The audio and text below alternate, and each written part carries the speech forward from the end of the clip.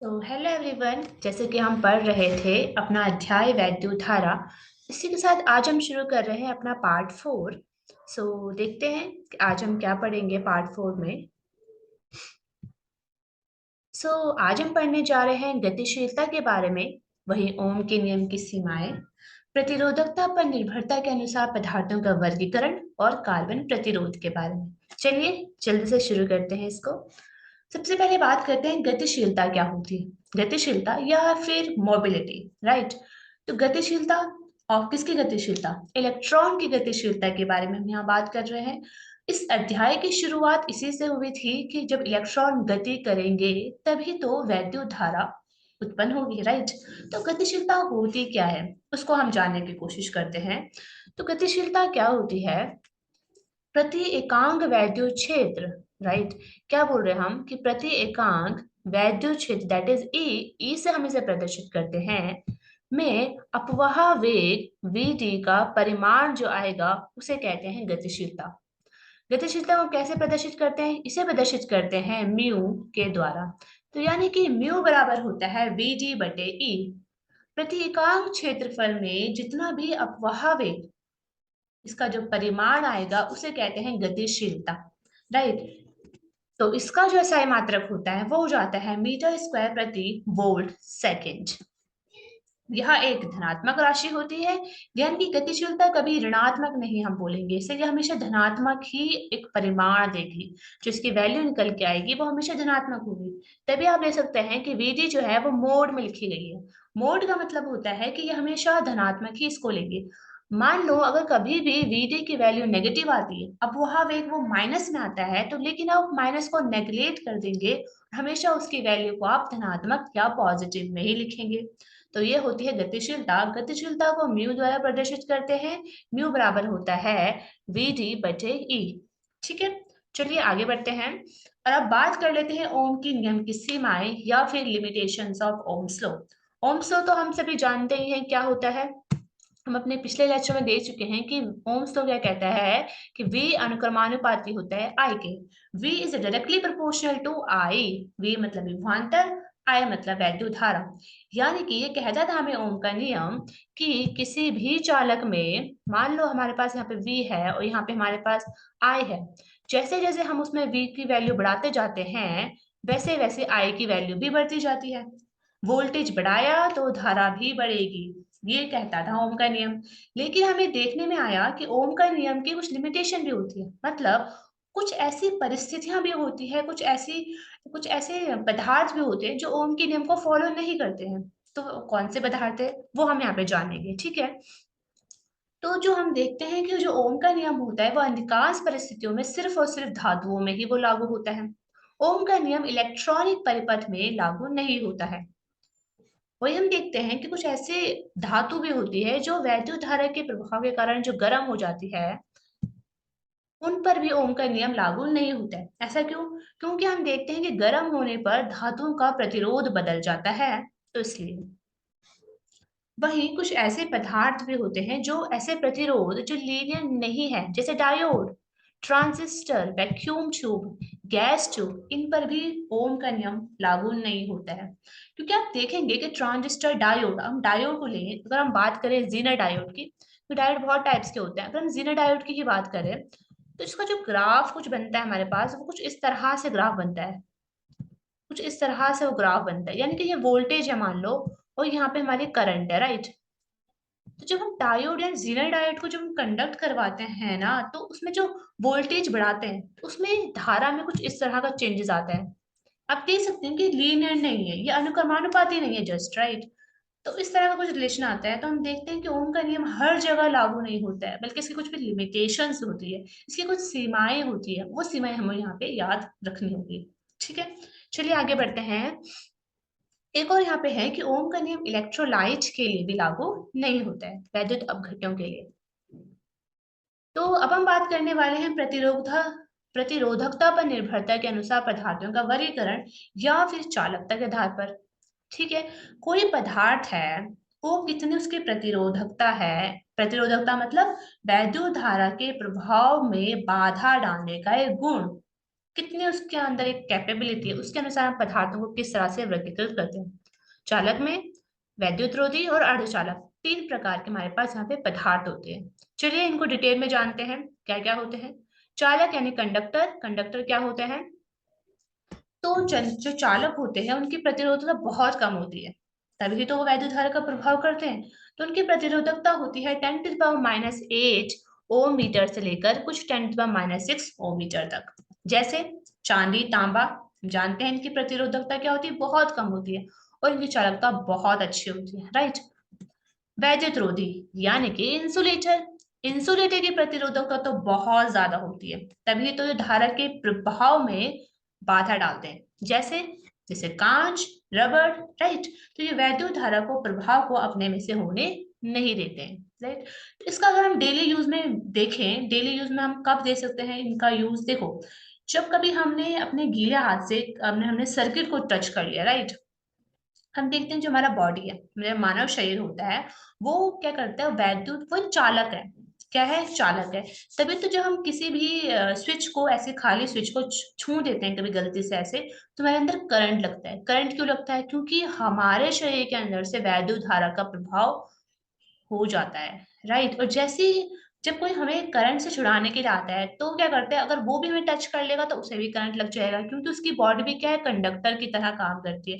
लेकिन अगर वो इंसान किसी लकड़ी को लेके आएगा, लकड़ी क्या है, लकड़ी एक इंसुलेटर है, वो एक वैद्युत रोधी है। तो जब उसको ऐसे टच कराया जाता है उस स्विच से अलग करवाने के लिए, तो क्या करता है, वो इंसान वहां से अलग हो जाता है उस स्विच से, राइट। तो क्यों? क्योंकि वैद्युत रोधी है लकड़ी, लकड़ी में से चालन नहीं हो पाता है वैद्युत धारा का। तो यहाँ पे कॉन्सेप्ट है, राइट। कभी भी किसी को अगर झटका लग जाए करंट का, तो उसके लिए आप यूज कर सकते हैं कांच। वैसे आप कांच तो यूज नहीं करेंगे क्योंकि कांच से उसको जोर लग सकती है। कोई रबड़ की चीज तो आप रबड़ की चीज यूज कर सकते हैं, और सबसे बेस्ट होता है लकड़ी, राइट। लकड़ी, प्लास्टिक, तो ये क्या होता है, वैद्युत रोधी होते हैं। क्योंकि कभी आप चांदी जैसी चीजें या तांबा जैसी चीजें यूज नहीं करेंगे, क्योंकि वो चालक होते हैं, वो कंडक्टर होते हैं, राइट। अब आगे बात करते हैं अर्धचालक या सेमी कंडक्टर की। ये क्या होते हैं? ये जो होते हैं, इनकी जो प्रतिरोधकता होती है वो चालक और वैद्युत रोधी के मध्य की होती है, न ज्यादा न कम। तो ये बहुत इंटरेस्टिंग बात होती है अर्धचालक में कि जब हम ताप बढ़ाते हैं ना, तो इनकी प्रतिरोधकता घट जाती है। ध्यान रखना, प्रतिरोधकता घटती है ताप बढ़ाने पर, यानी कि चालक जैसा व्यवहार प्रदर्शित करेंगे उस केस में, राइट। वही अशुद्ध मिलाने पर भी इनके जो है प्रतिरोधक घटती है। अशुद्ध मतलब होता है कुछ तत्व, कुछ ऐसे तत्व होते हैं जो हम इनमें मिलाते हैं ना, जैसे पीरियोडिक टेबल आप देखते हैं केमिस्ट्री में, तो पीरियोडिक टेबल में जो एलिमेंट्स होते हैं ना, उनमें से कुछ एलिमेंट्स हम जब इनमें मिलाते हैं ना अर्धचालक में, तो कुछ ऐसे करेक्टर होने चाहिए उसमें, तो उनको जब मिलाते हैं तो उनकी प्रतिरोधकता भी घट जाती है, दो केस में, राइट। अशुद्ध मिलाने पर व ताप को बढ़ाने पर।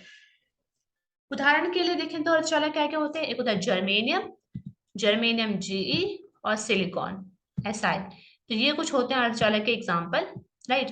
अर्धचालक जो होते हैं बहुत ही यूजफुल होते हैं हमारे, जो आप देखते हैं ट्रांजिस्टर, एलईडी, फोटोडायोड, ये जो होते हैं ना, ये अर्धचालक से ही बने होते हैं, राइट। अब आप इसे आगे पढ़ेंगे, इसी क्लास 12 के फिजिक्स में चैप्टर होगा आपका, वहां पे आप इसके बारे में पढ़ेंगे, ठीक है। तो अब हम क्या देखने वाले, अब हम ये देखने वाले हैं कि प्रतिरोधक यानी कि रजिस्टर क्या होते हैं। हम जानते ही हैं प्रतिरोधक रजिस्टर क्या होते हैं, ऐसे डिवाइस होती है, ऐसी युक्ति होती है जो कि क्या करती है, धारा के प्रभाव में बाधा डालने का काम करती है। जो ये प्रतिरोधक होते हैं वो दो तरह के होते हैं। कौन कौन से? एक होते हैं तार आबद्ध प्रतिरोध, और दूसरे होते हैं कार्बन प्रतिरोध, राइट। तो तार आबद्ध प्रतिरोध, नाम से पता चल रहा है, तार आबद्ध प्रतिरोध मतलब ऐसे प्रतिरोध जिनमें कोई तार होगी, हम तार को लपेट लपेट कर उन प्रतिरोध को बनाएंगे। अब किस चीज की तार, तार किस चीज की बनाएंगे, देखते हैं। तार हम क्या बनाते हैं, किसी मिक्स धातु जैसे मैंगनीज, कॉन्स्टेंटन, निक्रोम, इनके जैसे तारों की लपेट करके बनाए जाते हैं। देखिए हम कोई भी तार नहीं लेंगे इसमें, हम ऐसे तार, जो तार जब हम सिलेक्ट करते हैं तो हम ऐसे तारों को सिलेक्ट करते हैं जिनकी जो प्रतिरोधकता होगी वो ताप बढ़ने पर जनरली उसमें कोई फर्क नहीं पड़ना चाहिए उनकी प्रतिरोधकता पर, ऐसे हम तारों का यूज करते हैं। तो ऐसे तारों में ये आते हैं मैग्नीन, कांस्टेंट और निक्रोम की तार, ठीक। इनकी जो प्रतिरोधकता का परिसर होता है बेसिकली वो 1 ओम से लेकर कुछ 100 ओम तक होता है तार आबद्ध प्रतिरोध, जो कि ठीक ठाक होता है, ज्यादा इनकी रेजिस्टेंस का नहीं होता है, ठीक है। वही अगर हम कार्बन प्रतिरोध की बात करें तो ये क्या होते हैं, इनकी जो परिसर होता है, इनकी जो प्रतिरोधकता होती है बहुत ज्यादा होती है, उच्च परिसर वाले ये होते हैं। और जैसे नाम से पता चल रहा है कार्बन प्रतिरोध, यानी कि ये ऐसे प्रतिरोध होते हैं जो कार्बन के बने होते हैं। ठीक है। इनकी खासियत क्या होती है कि ये बहुत सस्ते होते हैं, ये छोटे आकार के होते हैं। अभी मैं आपको नेक्स्ट टाइम में दिखाऊंगी कैसे दिखते हैं ये। ठीक है। तो अब हम इनको डिटेल में पढ़ेंगे, किसको, कार्बन प्रतिरोध को। और तारा आवन प्रतिरोध तो आप जान ही चुके हैं कैसे होते हैं। ठीक है। तो अब हम यहाँ पढ़ने वाले हैं कार्बन प्रतिरोध या फिर कार्बन रेजिस्टर के बारे में। आप डायग्राम में देख सकते हैं कि कुछ इस तरह से दिखते हैं। ये डायग्राम है इसका, तो ये कुछ है रियल लाइफ में, ये ऐसे दिखते हैं। राइट, कुछ इस तरह के होते हैं, बहुत छोटे छोटे साइज में आपको मिल जाएंगे, अलग अलग टाइप के ये होते हैं साइजेस के। और इनकी खास बात क्या होती है कि इन प्रतिरोधकता में आप देख सकते हैं कुछ लाइन होती है, कलरफुल लाइन इसमें होती है, 3 या 4 लाइन इसमें होती है। इस लाइन का भी यूज होता है, क्या यूज होता है कि आप इन कार्बन प्रतिरोध को देख के बता सकते हो कि कितने ओम का प्रतिरोधक है। राइट। तो ये कितने ओम का प्रतिरोधक है आप इसको देख के बता सकते हो, लेकिन आपको उसे देखना भी आना चाहिए कि उसे देखेंगे कैसे, कैसे हम पता करेंगे कितने प्रतिरोधक का ये कार्बन प्रतिरोध है। तो उसको भी हम जानेंगे अभी, तो आपको फिर पता करना आ जाएगा कितने प्रतिरोध वाला हम यूज कर रहे हैं। राइट। तो फिर कार्बन प्रतिरोध में क्या होता है, जैसे हमने देखा कि प्रतिरोधक व रंग बलों का एक समूह होता है। तो कैसे देखते हैं इसको, तो हम वो देखेंगे। तो जिसमें पहली धारी होगी, पहली धारी कहाँ से देखेंगे आप, यहाँ से देखेंगे। ठीक है, लेफ्ट से। लेफ्ट से आप देखेंगे कि पहली जो धारी होगी, जो पहली 2 धारियां आपको दिखेगी, ये 2 धारियां, वो किसको प्रदर्शित करती है, वो प्रदर्शित करती है सार्थक अंकों को। तीसरी धारी जो होती है वो प्रदर्शित करती है इसके दशमलव गुणक को। और जो अंतिम धारी होती है वो प्रदर्शित करती है इसको एक प्रतिशत के संभव मान को। कभी कभी आपको अंतिम धारी नहीं भी दिखती है, तो लेकिन 3 धारियां आपको जरूर दिखेगी। ठीक है। ये क्या होता है, अभी हम जानेंगे इसको नेक्स्ट स्लाइड में। चलिए वही देखते हैं पहले कि हम इसका मान को कैसे आइडेंटिफाई करेंगे। तो ये है प्रतिरोधक वर्ण कोड। देखिए, जो ये टेबल आपको दिख रही है, अगर आपको ये याद हो गई तो आप किसी भी कार्बन प्रतिरोध की प्रतिरोधकता का मान बता सकते हैं। इसको कैसे लर्न करेंगे, उसके लिए भी एक ट्रिक है। चलिए जानते हैं ट्रिक क्या है। ट्रिक ये है कि आप इसको रंग को आपको सीरियल वाइज आपको लर्न होने चाहिए, ये वाले। ठीक है। आप ऐसे नहीं कि इसको इसको सीरीज को आप बदल दें, नहीं, आपको बिल्कुल सीरीज वाइज ये लाइन जो है याद होनी चाहिए। इस लाइन को याद करने के लिए आपके पास एक ट्रिक है। वो ट्रिक क्या है, देखिए। आप याद करेंगे B R O Y, B B Roy, great G है, ठीक है जी, great Britain, very good wife. ठीक है। तो अगर आपको समझ नहीं आ रहा होगा इसके लेटर में क्या लिखा है, तो मैं बोल के बता रही हूँ। ठीक है। तो मैंने लिखा है B B Roy, ROY Roy, BB Roy has, has आपको ऐसे याद रखना है सेंटेंस बनाने के लिए। Good, G for good, sorry, that is sorry, BB Roy है, BB Roy great Britain, G for great, B for Britain, has very, V मतलब वेरी, जी मतलब गुड वाइफ, डब्ल्यू ये है हमारा W. BB Roy great Britain has very good wife, wife. ठीक है।